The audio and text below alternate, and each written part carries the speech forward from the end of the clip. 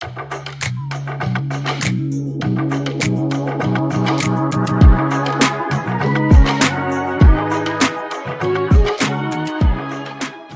morning, everyone.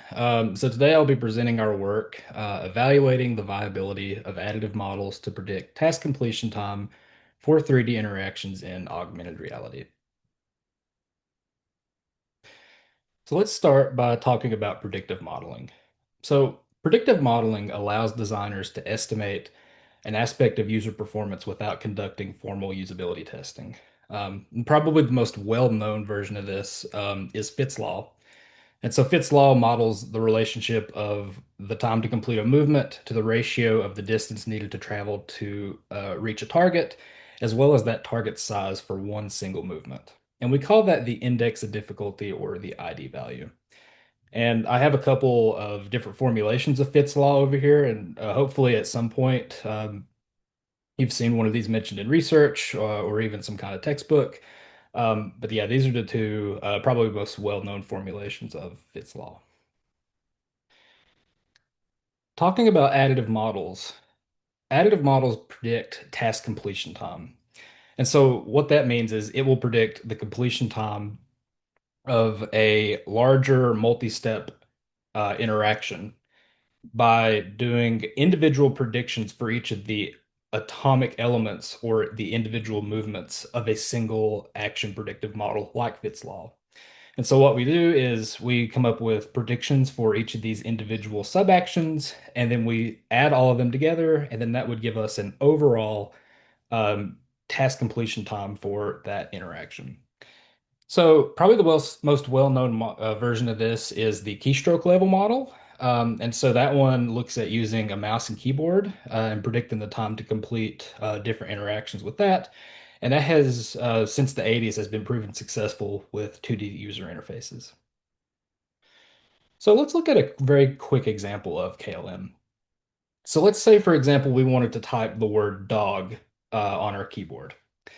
So just a couple of quick assumptions. We're assuming in this case that the user is at a state of inactivity. They're not touching the mouse or keyboard and they're not doing anything. And so what we want them to do is select the text box and then type DOG, dog. And just for this example, we're going to assume that the text box is 5 centimeters wide. And from any arbitrary starting point, it's 10 centimeters away to reach it.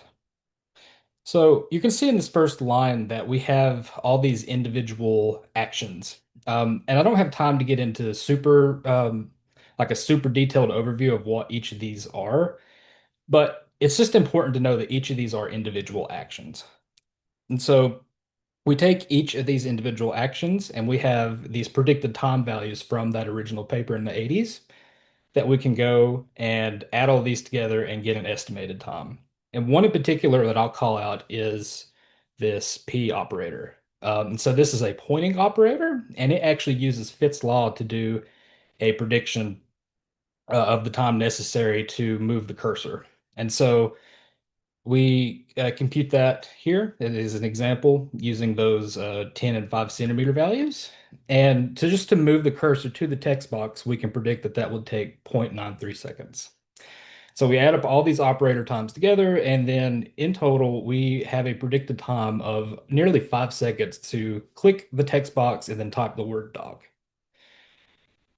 And so this would be really useful in 3D interactions. There's not been a ton of work conducted so far in using these types of models to predict task completion time for those interactions, but they would be really helpful because of 3D's increased complexity compared to 2D interfaces. And it's further complicated because 3D interactions can have different input modalities, so distal pointing or gaze selection or direct touch. And so very quickly, let's look at an example of this. And so over here we have like this picture of an assembly task being done in augmented reality. And so very quickly, let's consider to model this interaction, what would we need to be able to model? So the two main things are we would need to be able to predict the time that it would take to do movement. And then we would also need to be able to predict the time that it would take to confirm after completing the movement.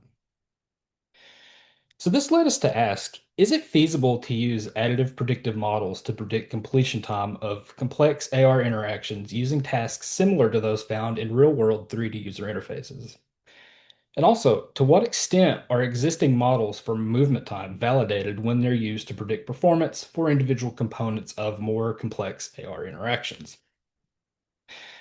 So for this study, we wanted to have a wide variety of inputs to test. The three main categories is distal pointing, which is where you have the ray coming out of the controller and you're using it to point. We have gaze selection, which is you're using your eyes to look at different targets to select them. And then we also have direct touch, which is when you reach out and you just directly touch some kind of element. And we also have different ways that we're confirming those movements. So with distal pointing, we have a trigger. And so you point and just pull the trigger, or you point and blink. And we have each of our condition names for these here. We have gaze with air tap, which is gaze air tap, gaze with trigger, gaze controller, and then gaze with dwell. So like keeping your uh, keeping your eyes on a particular target, that's gaze dwell. And then direct touch with pinch confirmation is the hand condition.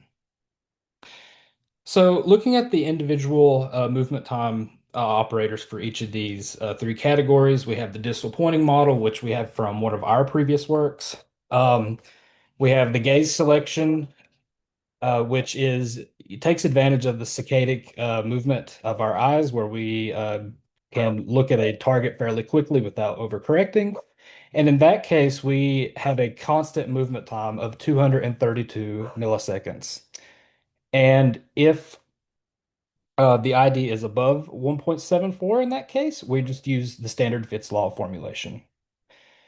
And with the hand, we are also using basically what is the Shannon formulation of Fitts law. But in this case, we're also looking at the change of depth in that model as well. And just to go over our time values for our confirmation operator, so we pull these values from past works in literature. And so for our trigger pull, it's 208 milliseconds. Air tap is 428. Blink, 200 milliseconds. And then dwelling, we set at 500 so that we didn't have issues with modest touch, but we didn't want it to be an overly long dwell either. So looking at our study design, we conducted two studies, one that has a menu selection task and the other where we have a virtual object that's being manipulated and scaled. So we looked at changing the input modality and how that would affect task completion time, and we used the Magic Leap 2. And for participants in the menu study, we had 24 participants with 20 male, 4 female, and then manipulation, 20 participants, 12 male, 8 female. So here's each of our study tasks. And so you can see here with the menu, you're just pressing different buttons. So you press the home and then press the highlighted button and then do that 16 times. And that is like one set of selections. And then finally, in the manipulation study task, you're moving this object with whatever input method that you're using at this time, and you move it into place, move up to scale, and then scale it up to complete that trial. So let's look at some results. Um, So, looking at the menu and the manipulation studies, in past KLM literature, around 20% difference between the actual and predicted time has been the standard for a good enough performance for predictive modeling. And so we can see here, just by looking at these total predicted actual times, that quite a few of these performed very well. So you can see that in the menu, the controller blink did go over the 20%, and then also did that in the manipulation study as well. There is one interesting one to call out here, and that is the hand condition, where it's just over that 20% threshold. So we should probably do a little bit of extra statistical testing to see if those times are okay. So what we did is a two one-sided t-test. And essentially, just a quick explanation of what this is we are testing to see if our predicted time values are within 20% of the actual time, or the predicted times rather. And so you can see here that looking at our p-values, if the p shows significance here, then that means that they are functionally equivalent to one another. And so all of these, with the exception of the controller blink, passed the toast test, as we call it. which suggests that those models performed very well. Similarly, looking at the manipulation, it's essentially the same story. All of these performed well, with the exception of controller blink, and those models performed well. So, very quickly, let's pause. Why did the controller blink performance do a worse job than the other ones? So, we think a lot of it comes down to participant fatigue. And we did see quite a bit of this with verbal complaints, where it was very tiring to have to intentionally blink over and over. And we also saw this reflected in our NASA TLX results. And also, just to touch on this very quickly, this controller blink is using that distal pointing model from one of our previous works.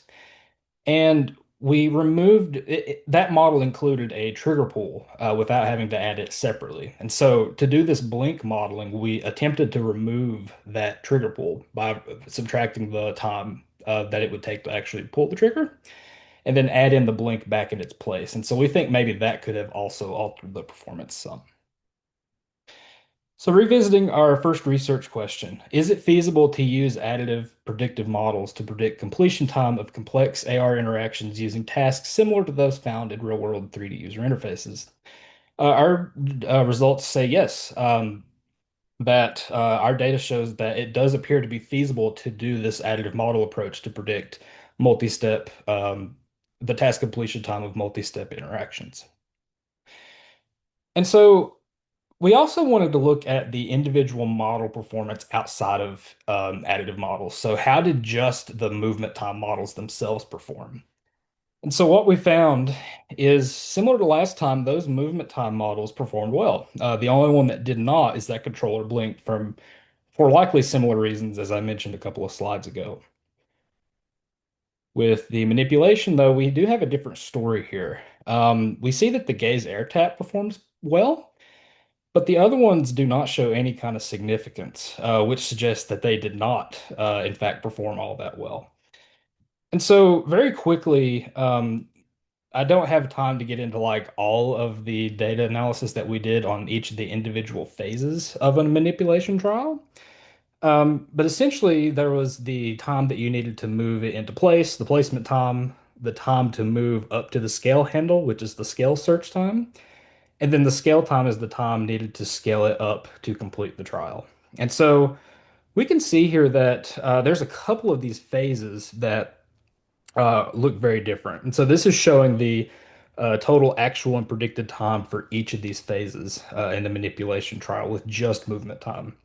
And so in particular, you can call out the scale search time for the hand condition here. And so we think maybe that model was not trained on um, tasks that were that easy, where you're just moving a little bit to try and hit a big target. And so we think that could have adversely affected performance there.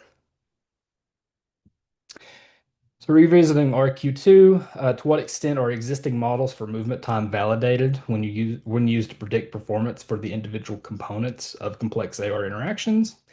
So our analysis shows that the movement time models performed well in the menu study for all but the controller blink. And then in the manipulation study, the movement time performance for the gaze modalities was generally acceptable, but then the other ones struggled quite a bit. So some final takeaways in future work. We did find that additive models appears to be a viable strategy to predict task completion time for multi-step interactions. And we think that designers can use these additive models to predict how long an interaction will take when using different input modalities. And so they have an interface that they can test with multiple input modalities and see which one works best. Finally, some future work. We think it would be very interesting to investigate that direct touch model a little more as to why it was performed so poorly with those easy interactions or those easy movements, rather. And we also want to continue investigating the viability of these additive models with even more complex tasks to show that they work very well.